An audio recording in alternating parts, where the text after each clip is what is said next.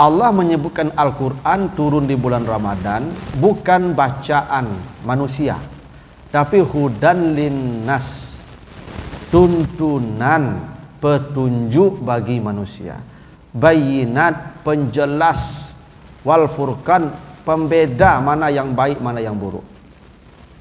Apa maknanya itu? Di bulan Ramadan ini Bapak Ibu, yang paling baik amalnya bukan membaca Al-Quran, tetapi mengkaji Al-Quran hingga kita mendapatkan petunjuk.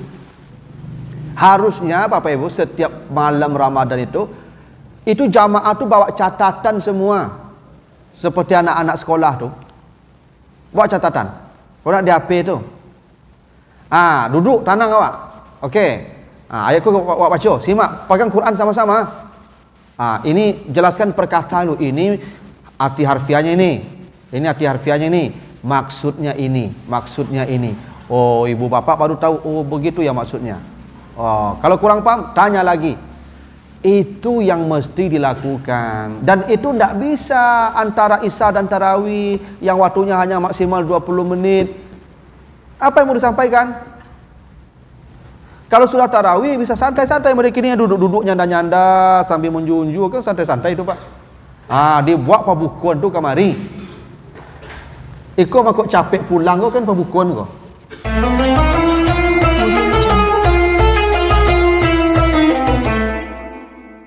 Quran, petunjuk, penjelas dan pembeda. Ini kan kalau kita renungkan, kalimat ini tidak ada hubungannya dengan puasa Pak. Kita sedang bicara tentang hukum-hukum, ketentuan-ketentuan puasa. Tapi di tengah penjelasan tentang hukum dan ketentuan puasa itu terselip Al-Quran turun di bulan Ramadan, petunjuk bagi manusia. Kan tidak ada kaitannya sebenarnya itu Pak. Tapi disitulah Allah ingin menekankan, memberi isyarat tentang satu amal yang harus terselip di tengah puasa. Kira-kira gitu Pak mananya Pak. Kalau kita berpuasa atau kita di bulan Ramadan, amal ini tolong selipkan. Kira-kira begitu pesannya.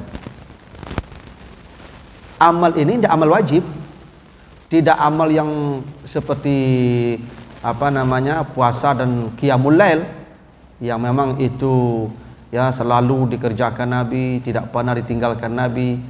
Tapi ini amal tolong selipkan, kira-kira begitu pesannya Allah. Apa amal yang perlu diselipkan itu? Al-Quran. Makanya Bapak Ibu selama bulan Ramadan ini beradalah sedekat mungkin dengan Al-Quran. Ya, bukan berarti setelah Ramadan kita menjauh dari Al-Quran, tapi di bulan Ramadan berdekatlah dengan Al-Quran sedekat-dekatnya. Itulah rahasianya kenapa Al-Quran dipilih turun di bulan Ramadan, ya, agar kita tidak jauh dari Al-Quran selama Ramadan. Cuman menariknya begini Bapak Ibu, Allah menyebutkan Al-Quran turun di bulan Ramadan bukan bacaan manusia, tapi hudan linnas, tuntunan, petunjuk bagi manusia, bayinat, penjelas, wal furqan, pembeda mana yang baik mana yang buruk. Apa maknanya itu? Di bulan Ramadan ini Bapak Ibu, yang paling baik amalnya bukan membaca Al-Quran, tetapi mengkaji Al-Quran hingga kita mendapatkan petunjuk, kita mendapatkan tuntunan. Oh begitu ya, oh ternyata selama ini saya kurang pas sebenarnya ya. Itu harusnya Pak. Itu kenapa di bulan Ramadan istilah baca Al-Quran tidak tilawah Quran, bukan qiraah Quran, tadarus Quran, ya kan? Istilahnya tadarus Pak. Tadarus itu bukan baca Quran ganti-ganti, enggak Pak. Tadarus itu artinya mempelajari isinya. Dari kata darasa. Darasa itu artinya belajar. Maka ada kata madrasah, sekolah artinya. Ada kata mudarris, guru artinya. Jadi bertadarus itu artinya belajar isi Al-Quran selama Ramadan. Lebih baik ibu bapak membaca Al-Quran 30 ayat selama Ramadan, tapi dapat petunjuk, daripada baca khatam 30 juz hanya sekedar membaca saja. Karena Allah ingin kita menjadikan Al-Quran di bulan Ramadan itu sebagai hudan, sebagai bayinat, sebagai furqan. Nah, inilah Bapak Ibu yang harusnya kita semarakkan, yang kita giatkan selama Ramadan ini. Perbanyak bentuk kajian-kajian. Ini yang kita lakukan sekarang, inilah yang disebut tadarus. Saya bacakan ayat, saya jelaskan maksudnya, Bapak Ibu tahu, oh begitu ya maksudnya. Ini yang disebut tadarus. Dan ini yang harus diperbanyak di bulan Ramadan. Kalau bisa itu habis sholat Isya, ya, habis sholat tarawih, habis sholat subuh, habis sholat zuhur, itu diperbanyak setiap hari. Makanya Bapak Ibu saya tuh ya sering katakan ke jamaah, kalau bisa ceramah tarawih itu setelah salat tarawih. Ya Pak. Sebab kalau setelah salat tarawih waktunya panjang, kita bisa santai, ya, kita bisa tanya jawab, diskusi, yang tidak paham bisa dipertanyakan. Kalau ceramah di mimbar antara Isya dan tarawih itu waktunya pendek, ya kan, apalagi ada pula tulisan di sini maksimal 20 menit. Itu kan Ustadz kok diburu-buru waktu. Ditambah lagi Ustadz kok kadang-kadang di pantun-pantun Nabi itu 10 menit ke pantun dulu. Nah, tapi kalau kayak begini, selesaikan dulu tarawih, lalu kita duduk sama-sama. Ya, tolong anak-anak jangan motah, anak-anak apa? Tolong jangan motah. Ya, terganggu Ustadz kalau motah. Ya. Nah, jadi Bapak Ibu, yang paling baik itu saya berharap kalau bisa ceramah Ramadan itu 1 jam, sehingga kita puas, tanya jawab, diskusi, duduk sama-sama tenang kayak begini. Ada silabusnya, setiap Ramadan itu ada targetnya. Misalnya Ramadan tahun ini kita menyelesaikan tafsiran surat misalnya Al-Mujadilah. Oke, dari awal Al-Mujadilah. Kalau perlu ustadznya tidak perlu banyak-banyak, cukup 5 orang aja ustadznya. Ya, misalnya kalau 30 hari berarti 5 orang itu 6 hari ya. 6 hari pertama ini ustadznya, 6 hari kedua ini ustadznya, 6 hari ketiga. Tapi dia runtut dan jamaah mendapatkan sesuatu. Daripada ustadz ganti tiap malam tukar-tukar, kadang ustadz itu sabit tu. Ustadz yang malam kini yang disabit malam tadi juga. Anta kompaknya ustadz ko anta ya dah. Sehingga jamaah ko patang ikut jo li'ahnya. Kini lah ikut materinya beli'ah. Hingga hari habis pesan tak dapat, kita tak dapat apa-apa. Alangkah baiknya memang dibikin silabus. Kalaupun tidak ustadznya mungkin tetap, tak apa-apa ustadznya tiap malam gonta-ganti. Tapi panitia bikin silabus. Ramadan ini kita targetnya ayat-ayat tentang keluarga. Maka kumpulkan semua ayat tentang keluarga. Dikirim ke ustadz itu. Ustadz Fulan, surat ini ayat sekian sampai sekian. Ustadz Fulan, ayat ini, surat ini ayat sekian sampai sekian. Hingga kita mendapatkan sesuatu Bapak Ibu. Itu yang disebut dengan tadarus tadi. Kita melakukan studi, kajian. Ya, memang mengaji ya Bapak Ibu. Kalau ceramah-ceramah yang biasa Ramadan itu Bapak Ibu sepertinya kita hanya rutinitas. Dan jamaah pulang, ustadz pulang, tidak ada dapat apa-apa. Harusnya Bapak Ibu setiap malam Ramadan itu jamaah itu bawa catatan semua. Seperti anak-anak sekolah tuh.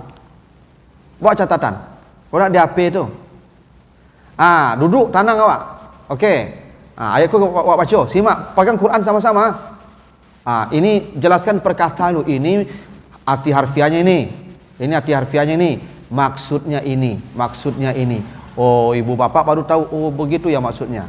Oh, kalau kurang paham, tanya lagi.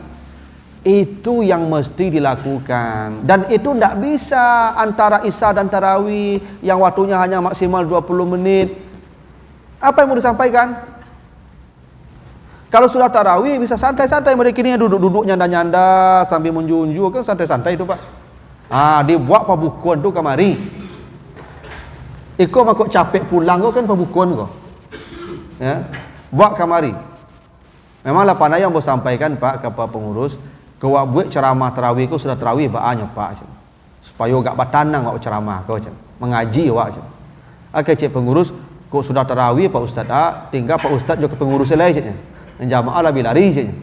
Kan yolo tu Pak. Ya. Ambo yolo mah kalau berduga ambo betul tu. Kalau dibuatlah ceramah kau sudah tarawih, ayo mungkin yo pengurusnya tinggal ya Pak. Nena jamaah kau lebih baik. Kalau tak tahu Pak, kok di kota kok terlalu kok ndak berharga malam-malam tarawih tu dah awak Pak. Malam-malam Ramadan tu. Di kampung apa Pak Ibu? Tarawih ku 23 rakaat. Jam 10 baru selesai itu Pak tarawih itu. Sudah tarawih itu Pak, itu baru mengaji sampai jam 1 balik malam, sampai jam 2 balik malam Pak. Baru wirid pengajian. Di Padang kau ndak?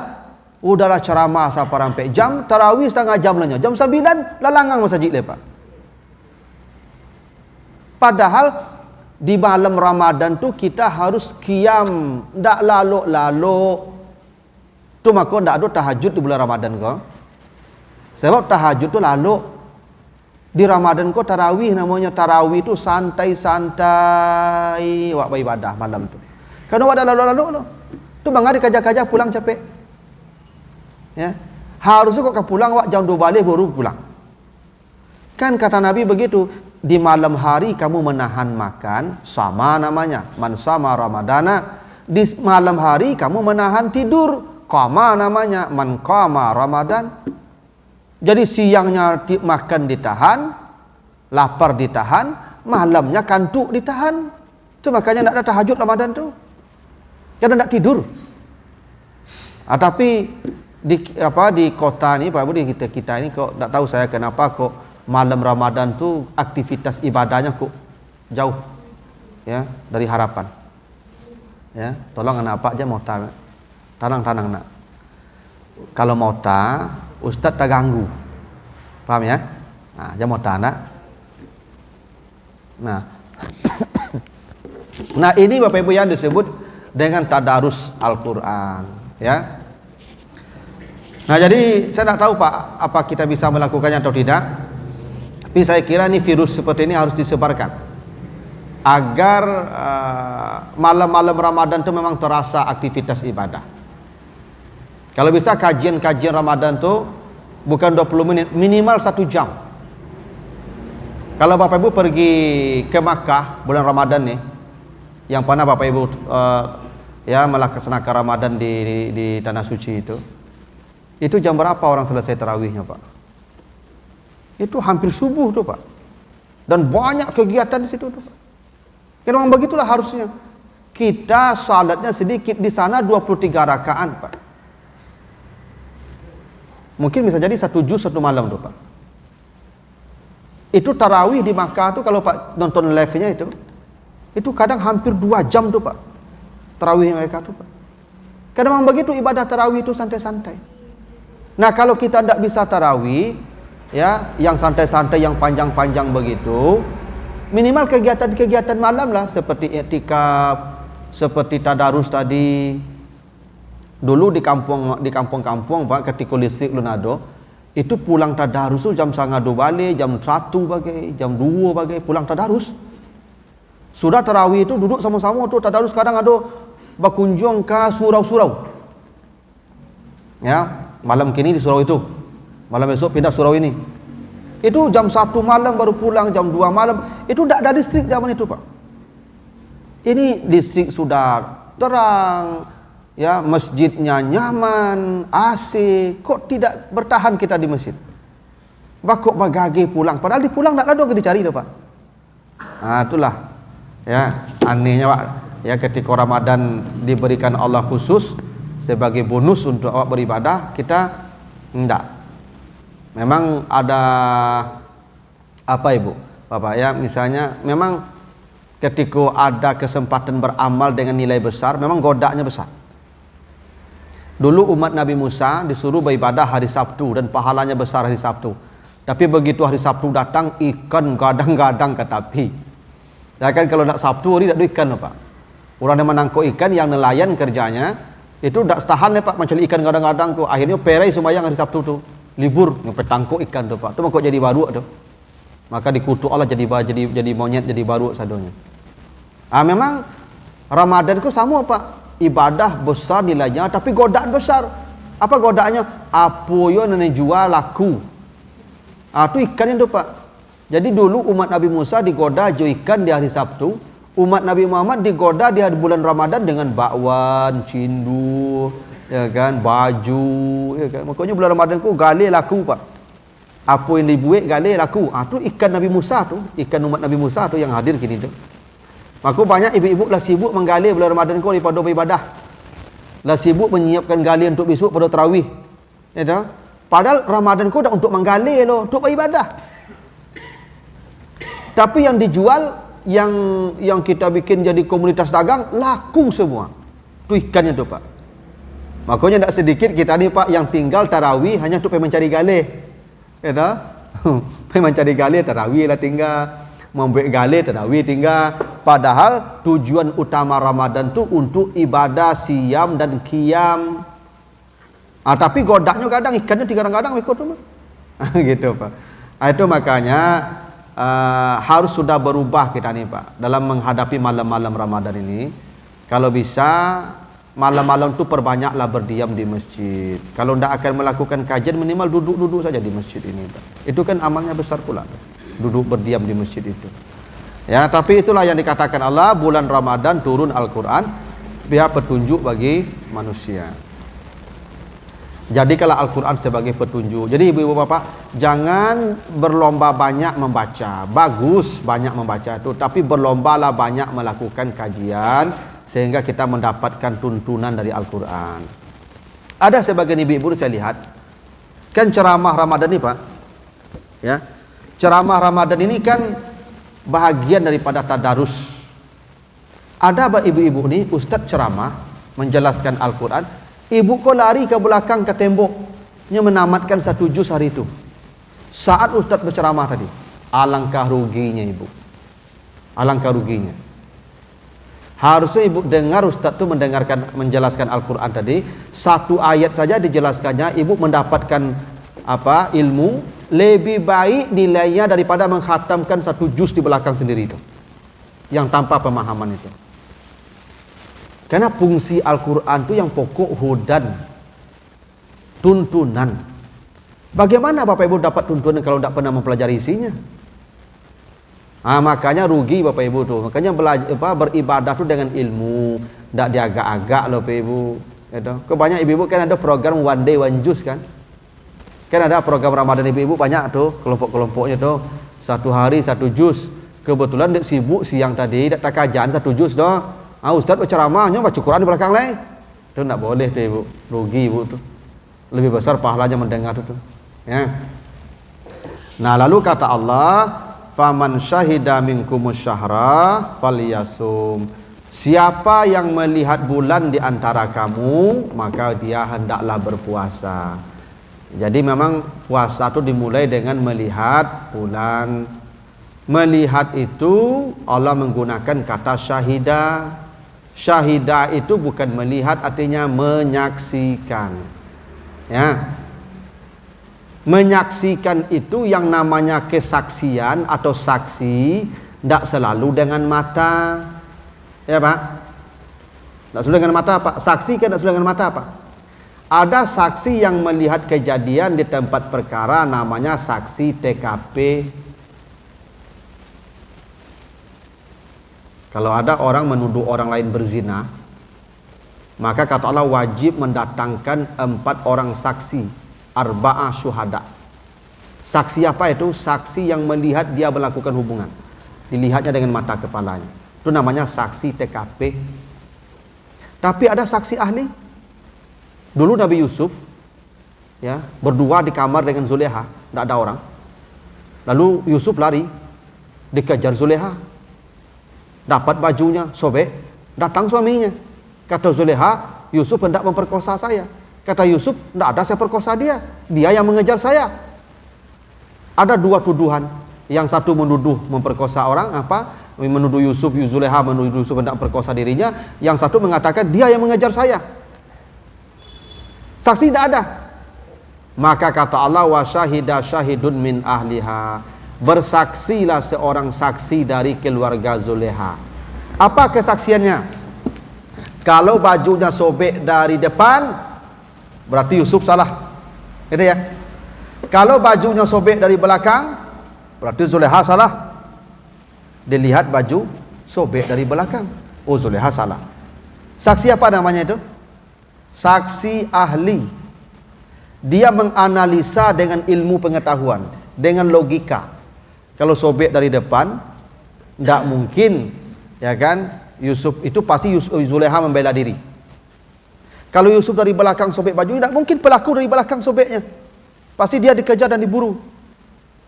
Itu saksi apa namanya? Saksi ahli. Dia tidak melihat kejadian, tapi dia menganalisa dengan ilmu, dengan pengetahuan. Allah menggunakan kata syahidah untuk mulai Ramadan. Faman syahida minkum syahra falyasum. Siapa yang menyaksikan bulan, maka mulailah puasa Ramadan. Bisa jadi maksudnya yang melihat dengan mata kepala. Siapa yang melihat bulan dengan mata kepalanya, dia berpuasa. Tapi bisa jadi melihat dengan ilmu. Siapa yang melihat dengan ilmu, diperhitungkan lewat hisab, ilmu pengetahuan seperti kawan-kawan kita di Muhammadiyah, maka dia puasa menurut persaksian ilmunya itu. Maka apa yang dilakukan Muhammadiyah dengan menggunakan hisab selalu, itu syahidah juga. Namanya saksi ahli. Boleh. Jadi ibu kalau tiap tahun ikut Muhammadiyah, tidak perlu sidang isbat. Tidak perlu sidang isbat. Karena sudah tahu setahun yang akan datang. Itu syahidah juga, namanya saksi ahli, melihat dengan pengetahuan. Allah menggunakan kata syahidah. Bahkan Bapak Ibu, kawan-kawan kita yang tarekat Naqsabandi, tarekat Naqsabandi itu Pak lebih duluan 2 hari dari kita. Ya Pak, Naqsabandi lebih duluan 2 hari Pak. Ya, karena mereka menggunakan perhitungan 11. Hitungan 11 namanya Pak. Bahwa Ramadan ini selalu maju 11 hari dari Ramadan sekarang. Karena tahun Qabariyah dan tahun Samsiyah itu beda setahun itu 11 hari. Jumlah hari Qamariyah itu lebih sedikit 11 hari. Jadi kalau tahun Samsiyah itu 365, tahun Qamariyah itu 354 kurang lebih. Itu kenapa Bapak Ibu, setiap 30 tahun 33 tahun terjadi beda setahun Samsiyah dan Qamariyah. Itu kenapa Ashabul Kahfi tidur di goa berapa tahun Pak? 300 tahun tambah 9 tahun. Bukan 309 itu. Salah sumi'at sinin wazdadu tis'a. 300 tahun tambah 9. Kok pakai tambah Pak? Kenapa tidak 309 tahun? Tapi 300 tahun tambah 9 tahun. Maknanya 300 tahun hitungan Samsiyah, 309 hitungan Qamariyah. Kenapa begitu? Karena setiap tahun terjadi beda 11 hari. Tahun Samsiyah lebih banyak, ya lebih banyak jumlah harinya 11 hari. Qamariyah lebih sedikit 11 hari. Artinya setiap 33 tahun terjadi beda setahun. 33 kali 11 363. Kenapa? Jadi setiap 33 tahun terjadi beda setahun. Kalau 100 tahun 3 tahun. Kalau 300 tahun 9 tahun. Itu kenapa 300 tambah 9. Jadi Nabi Muhammad tu usia beliau 61 tahun, bukan 63. 63 tu Qamariyah. Kalau Samsiahnya 61, karena setiap 30 tahun terjadi beda setahun. Ya. Jadi usia Nabi itu kalau dihitung dengan kita Pak 61 bukan 63. Jadi kawan-kawan kita Naksabandia itu menggunakan hitungan 11 ini yang diajarkan tentang masa tidurnya Ashabul Kahfi.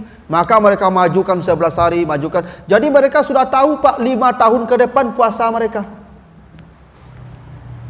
Mulai harinya pakai bilangan 5. Kalau tahun kemarin kita puasanya hari Rabu misalnya, Rabu hitung 5 ke depan. Setelah dimajukan 11 hari, hitung harinya 5. Rabu, Kamis, Jumat, Sabtu, Minggu, Senin. Tahun ini Senin itu mulainya. Majukan 11 hari, hari Senin itu. Tahun besok, Senin tahun ini Senin, majukan 5 hari lagi, Senin, Selasa, Rabu, Kamis, Jumat, Sabtu. Hari Sabtu lagi tahun besok tuh Pak. Majukan 11 hari. Yang dilakukan tarekat Naksabandia itu benar karena syahidah. Nih. Pakai perhitungan ilmu pengetahuan. Dan Al-Quran memberi isyarat lewat cerita Ashabul Kahfi tadi. Bahwa ada perbedaan waktu 11 hari setiap tahun. Tidak salah Naksabandia itu Pak. Maju 2 hari itu. Selama puasanya tidak kurang 29. Tidak lebih 30. Kan puasa Ramadan itu titik tekannya bukan pada bulan, ayyaman ma'dudat. Jumlah harinya yang penting, minimal 29, maksimal 30.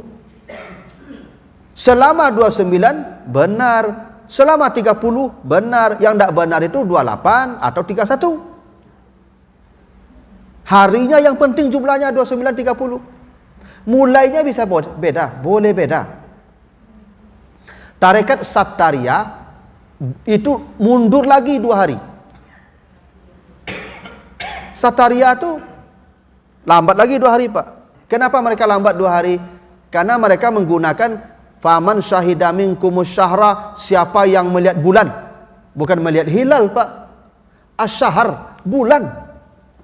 Maka mereka tunggu dulu bulan kadang Pak. Oh lah nampak bulan barunya puasa. Salahkah Sattaria? Tidak, karena berpedoman ke ayat. Siapa yang melihat bulan, tidak melihat hilal Pak. Allah tidak mengatakan faman syahida minkumul hilal, bukan hilal, syahar. Syahar itu bulan. Maka Sattaria puasa lebih kudian. Tapi Sattaria itu puasanya kudian, babukunya kudian pula. Tak betul Pak? Yang tak boleh itu puasa kudian berbuka dulu. Itu tak boleh itu. Itu kurang baik nilai hari itu. Mulai ikut Sattaria, rayu ikut Naksabandia. Itu tak mula tu. Kalau Naksabandia mulai dulu, ya buka dulu lah. Yang penting jangan kurang 29. Jangan lebih 30. Makanya Bapak Ibu berbeda tu saya sebutkan boleh dan mungkin. Apalagi bahasanya minkum. Siapa yang melihat bulan di antara kamu, yang melihat itu yang wajib, yang tidak melihat sempurnakan 30. Kan bisa jadi begitu. Saya ini misalnya ini malam 29 Sa'ban nih, ini malam 29 Sa'ban nih. Kan kita melihat bulan itu kan tanggal 9. Kalau tertampak berarti 29 cuma bulan, besok puasa. Misalnya begini, istri saya lihat bulan. Dan saya tidak percaya dengan dia. Saya tidak percaya dengan istri saya. Ya. Memang selama ini mungkin dia sering bohong. Ya kan? Hilang kepercayaan apa. Padahal dia benar melihat bulan. Tapi saya tidak percaya dia. Dia wajib puasa karena dia melihat. Saya tidak wajib puasa. Saya sempurnakan 30. Besoknya saya puasa. Istri saya besok puasa, saya besoknya lagi. Orang satu rumah saja boleh berbeda Ramadan, apalagi satu negara. Kenapa harus disamakan? Dan tidak perlu disamakan?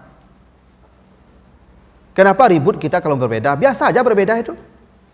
Orang satu rumah saja dibolehkan Allah berbeda, apalagi satu kota, satu negara, apalagi beda negara.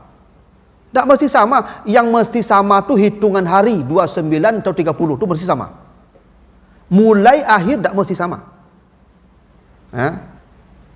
Jadi biar sajalah, tidak apa-apa, kecuali kita hidup di negara seperti Malaysia, itu tidak akan berbeda. Kerajaan, tidak boleh ada ormas berpendapat di sana. Saudi, tak ada boleh berbeda di sana, Pak, karena ada muftinya. Kerajaan, kalau Bapak Ibu ingin sama, kita lebaran tarui, ganti kerajaan, suruh Pak Jokowi di presiden seumur hidup, aman tuh, itu caranya, Pak, jadi raja Pak Jokowi dulu, ya kan? Atau awak bisa ngecek deh, Pak, tanggal sadonya ditahan deh, aman tuh, Pak. Tapi kita kan demokrasi ya begitulah konsekuensinya. Jangan menghujat yang berbeda dengan kita, sudah biarkan, karena dia punya ilmunya, sudah biarkan, amalkan ilmu itu. Yang penting bulannya hitungannya 29 atau 30. Allah tidak melihat pada bentuk ibadah, tapi pada keikhlasan yang ada di hati kita. Kadang-kadang tiap tahun energi habis dengan ribut hisab, ru'yah, hisab. Itu saja yang kita bicarakan kalau sudah mulai awal Ramadan. Seakan-akan ini jadi komoditas yang laku lah. Ya, apalagi di musim-musim seperti ini ya, akan kampanye seperti ini. Adu kuat, tidak usah, biar sajalah. Dulu orang berbeda tuh sering, cuma tidak ada media sosial, tidak ada TV, ayo biasa-biasa aja. Ini maku heboh di media sosial, gitu. Kalau Muhammadiyah kan sudah tahu ya, kapan tarawih pertamanya? 22 kan? Hari raya tahu kan? Sudah Pak, dah tahu pula. Kita tinggal ikut saja kalau mau begitu sudah. Itu juga syahidah juga, tidak perlu dipersoalkan pula. Ya, biar sajalah. Iya, yang memang mereka mengikuti hisab. Makanya saya tuh Pak, gini, kita ini fair juga lah. Saya bukan membela siapa-siapa, kita juga fair.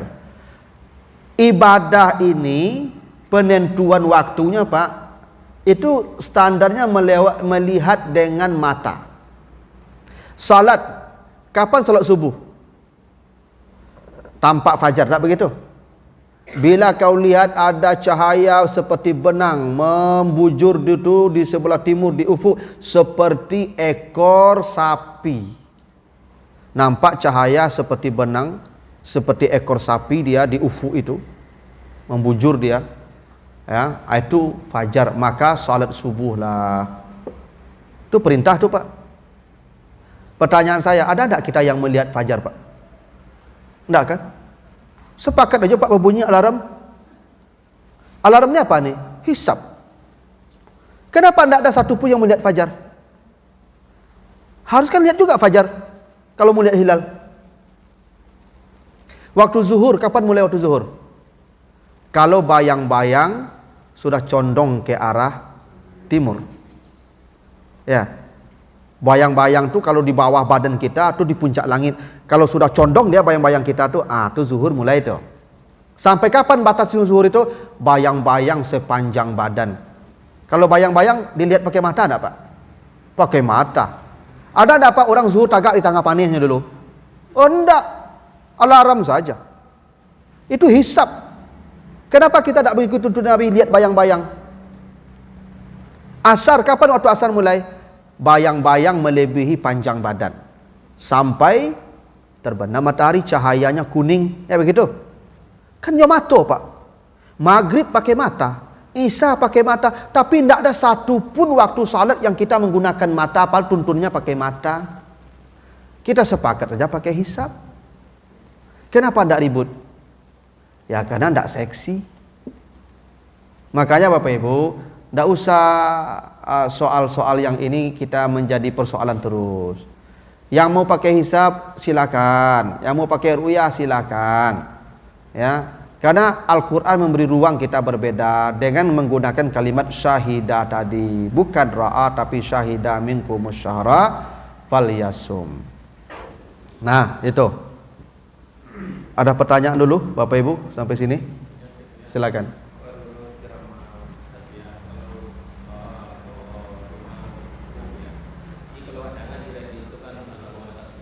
Ya.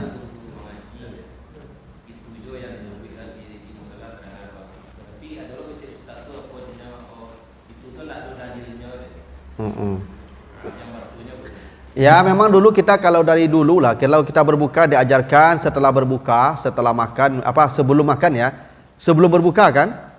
Sebelum kita minum, kita Allahumma laka sumtu wa bika amantu wa ala rizkika aftartu zahabaz zamu wa batalatil uruq wa sabatal ajru insyaallah. Itu ya. Di radio-radio kan zaman sisuk dulu loh. Iya, memang dalam hadis yang sahih itu tidak ada. Yang ada zahabaz zama'u wa batalatil uruq. Itu doanya. Telah hilang dahaga, telah basah urat-urat. Itu yang ada doanya. Tidak ada Allahumma laka sumtu. Dalam hadis begitu. Yang ada zahabaz zama'u wabtalatil uruq. Hanya itu. Dan itu pun dibacanya setelah berbuka. Jadi baca bismillah, berbuka dulu, makan minum dulu. Setelah makan minum baru baca zahabaz zama', telah hilang dahaga. Kalau minum. Wa batalatil uruq, telah basah urat-urat, kena minum. Jangan sebelum berbuka dibaca, setelah berbuka dibaca. Tapi itu bukan kewajiban. Tak baca doa pun tak apa-apa. Bapak berdoa berbuka langsung aja bismillah, langsung santap. Habis itu langsung pergi, tak baca doa, tak apa-apa juga. Doa tu tidak menjadi bagian yang menentukan, tapi itu disuruh. Makanya doanya tidak mesti doa, tidak Allah malaikat itu juga tidak apa-apa. Baca ada doa makan, apa? Allah barik lana fima razaqtana wa qina, boleh. Doa itu boleh apa saja.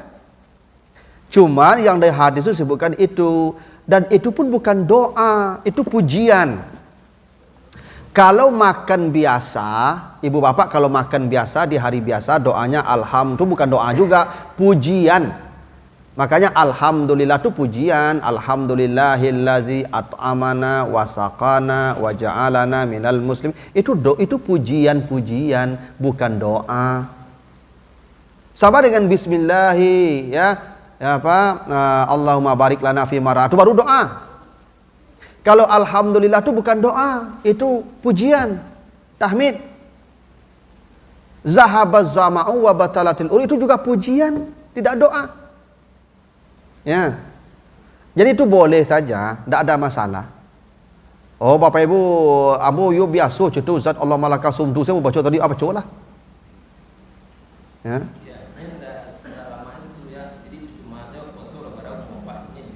Itu yang itu sampai tak bernilai pula puasa gara-gara baca itu tuh keterlaluan namanya itu. Nak baca sama ini kawan-kawan kita ni aneh Pak. Membaca sadaqallahul azim pun tak boleh. Habis baca Quran, sadaqallahul azim, tak ada itu contohnya, tak boleh baca itu. Kalau habis baca Quran, ya habis baca Quran, tentu ibu baca apa? Sekian terima kasih, itu boleh? Boleh. Sadaqallahul azim tak boleh? Kan aneh itu Pak. Mengucapkan terima kasih boleh, sekian boleh, tapi yang sadaqallahul azim tak boleh. Ya aneh itu Pak. Memang itu kalau tidak ada pun dicontohkan Nabi, itu kan bukan bahagian ibadah mahdah. Yang tidak boleh dibikin itu Pak, yang tidak boleh dibuat-buat itu, kalau itu ibadah mahdah. Kalau ibadah mahdah sifatnya ikut contoh Nabi. Ada orang yang bersalaman habis salat juga mengatakan tak boleh. Nabi tak pernah melakukan bersalaman setelah salat. Kalau begini, apa sudah assalamualaikum, bergolek langsung boleh tak? Boleh bergolek. Tu salaman tak boleh lah, bergolek boleh. Apa sudah assalamualaikum munju-unju boleh tak? Boleh. Tu bersalaman tak boleh lah, munju boleh. Itu sampai mana beragama macam tu Pak. Kan sudah selesai salam, assalamualaikum, kan dah sudah selesai salat. Kalau sudah selesai salat apa lagi urusannya? Mau salaman-salaman, dan menyanda-menyanda, dan munju-munju, dan menungkui-menungkui, dan golek-bergolek. Kan sudah selesai salat. Yang tak boleh tu dalam salat tu kau datang kawan tu bersalam, itu tak boleh dah. Karena dalam salat tak ada contoh dari Nabi tu, salat bersalaman dulu, tak ada lah. Tapi kalau sudah salam, kamanga aja boleh. Ya nak? Jadi mengatakan yang baca Allah malaka sumtu tu sia-sia puasa tu keterlaluan itu. Kalau sekarang kita ganti, saya tak mengatakan Allah malaka sumtu, lah bunyi serini babukolah itu. Tu batu. Tak bisa begitu memahami dalil itu. Memang dalam hadis Nabi itu bahasanya zahabaz zama'u wa batalatil uruq. Memang betul begitu. Kalau kita berbuka itu baca. Cuma tidak dihalangi membaca yang lain, karena itu bukan ibadah mahdhah.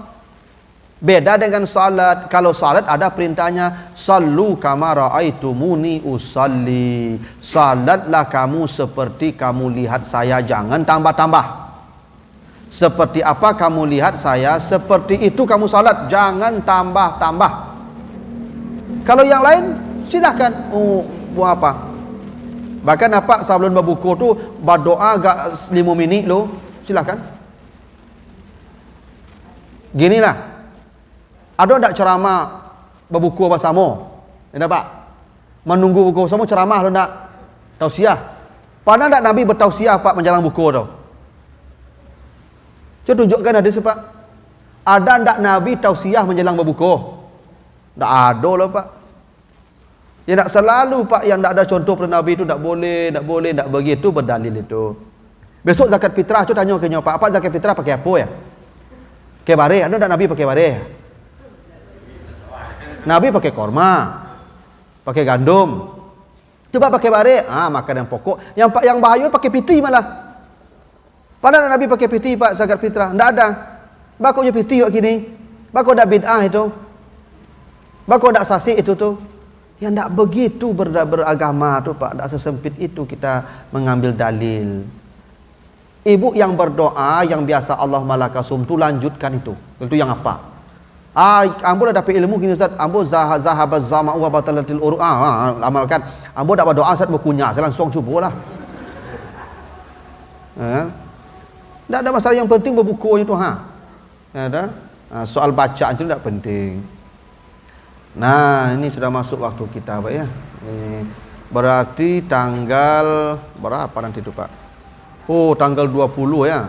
Tak tahu kalau besok masih ada tanggal 20 itu pertemuan kita. Kalau Lailun Tarawih lah, berarti ada sekali lagi ya. Nanti kita selesaikan ayatnya. Tapi kalau tidak, ya berarti ini pertemuan terakhir kita ya.